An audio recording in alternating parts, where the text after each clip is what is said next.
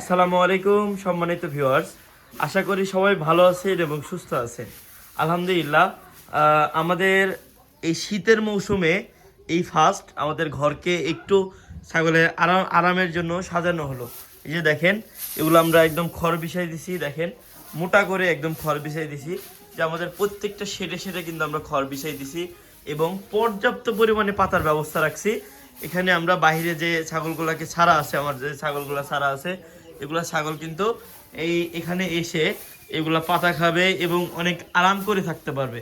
এবং মোটামুটি যে তিরপল দিয়ে দিছি এখান দিয়ে, তো মোটামুটি মানে বাতাস আসার মতো ওই নাই, কিছু কিছু ফুটা আছে, কিছু কিছু ছিদ্র আছে, যেমন এই যে এদিকে আছে। এগুলো আমরা আল্লাহর রহমতে এগুলা চেষ্টা করব বোঝানোর জন্য, তাতে আমাদের ছাগলগুলো অনেক ভালো থাকবে এবং সুস্থ থাকবে। আর এই বাল্বগুলো, এগুলো হচ্ছে 200 ওয়াটের বাল্ব। যদি সম্ভব হয় এই বাল্বগুলো চেঞ্জ করে দিব, বাল্বগুলো আরও উন্নত মানের ভালো মানের বাল্ব লাগাবো। এই যে দেখেন, মাশাআল্লাহ। এদিকে এই ঘরে এখনো ইয়ে করা হয় নাই, খড় বিছানো হয় নাই, বিছাবো ইনশাল্লাহ একটু পরেই। তো এই যে দেখেন, আমরা কিন্তু এই শীতের সময় ছাগলের জন্য দানাদার একটু কম হলেও সমস্যা নাই, পাতা কিন্তু পর্যাপ্ত পরিমাণে পাতা রাখতে হবে।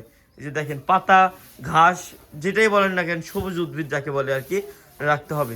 আর এই যে আমরা ছাগলকে দেওয়ার জন্য যেগুলো কম্বল রেডি করছি, যে দেখেন কম্বল কেটে কেটে, যেগুলো ওই যে পাওয়া যায় 100 টাকা করে, যেগুলো কম্বল, এগুলো কেটে কেটে ছাগলকে দেওয়ার জন্য রেডি করছে এগুলো, আলহামদুলিল্লাহ।